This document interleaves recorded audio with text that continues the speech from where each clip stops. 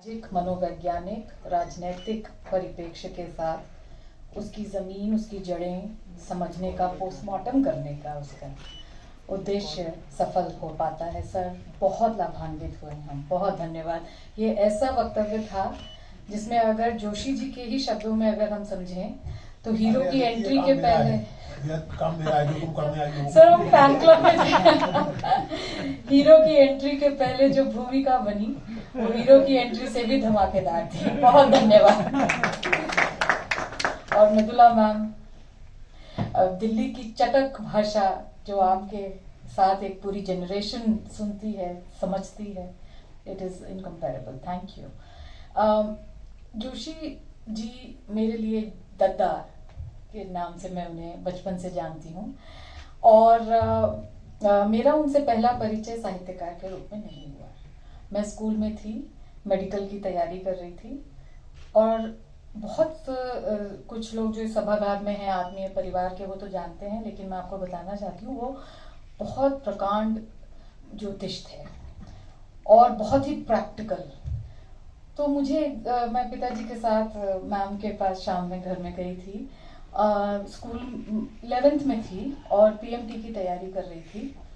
तो मेरी पत्री खुलवाई गई तो उन्होंने मुझसे पूछा कि क्या करना चाहती हो। तो मैंने कहा सर न्यूरो सर्जन बनना चाहती हूँ, उसके लिए तैयारी चल रही है। तो बोले न्यूरो में क्या करोगी। मैंने कहा सर नेफ्रॉन्स पे काम करना चाहती हूँ। तो बोले तो ब्रेन सर्जरी ये वो सब क्यों नहीं। मैं कहा सर वो किसी भी व्यवस्था के आखिरी यूनिट पे अगर हम काम करें ऑल दैट जैज। तो फिर बोले कि करोगी तो बिजनेस ही। तो मैंने इतनी मेहनत पीएमटी की तैयारी के लिए, महंगी कोचिंग, और हम मध्यम वर्गीय परिवार उस समय, और एकदम से कोई व्यक्ति आपसे कह दे कि आप पेपर क्लियर कर लोगी लेकिन करोगी तो बिजनेस ही, आना तो इसी तरफ पड़ेगा, तो खुशी से आ जाओ तो अच्छा है। तो वो गन पॉइंट पे जो काम करवाया गया और उन्होंने और बहुत सी बातें जीवन के बारे में बताई जो शब्दतः आज तक जितनी मुझे मेरे माता पिता को याद है सटीक है। कहने का तात्पर्य ये है कि जोशी जी दार्शनिक होने के साथ साथ इस जीवन को यथार्थ के रूप में समझने के साथ साथ एक ऐसे चलचित्र को जानते थे जिसे भविष्य जानता था। वो सूंघते थे इंसान के बर्ताव को, उससे संभावनाओं को, उसकी निराशाओं को, और उसको कलमबद्ध कर लेते थे। हमारे फैमिली आर्काइव्स में 2 फोटोज हैं न्यूयॉर्क में स्टैचू ऑफ लिबर्टी के पास, जिसमें एक में जोशी जी पिताजी की पिद्दी चढ़े हुए हैं और दूसरे में पिताजी जोशी जी की पिद्दी चढ़े हुए हैं। ये 2 फोटोग्राफ्स इतने महत्वपूर्ण है हमारे लिए ये समझने के लिए कि दोस्ती, विश्वास, आदर, सम्मान के साथ साथ कितने महत्वपूर्ण काम किए जा सकते हैं अगर आपसी प्रेम बना हो, चाहे वो प्रकाशक और लेखक का ही रिश्ता क्यों ना हो।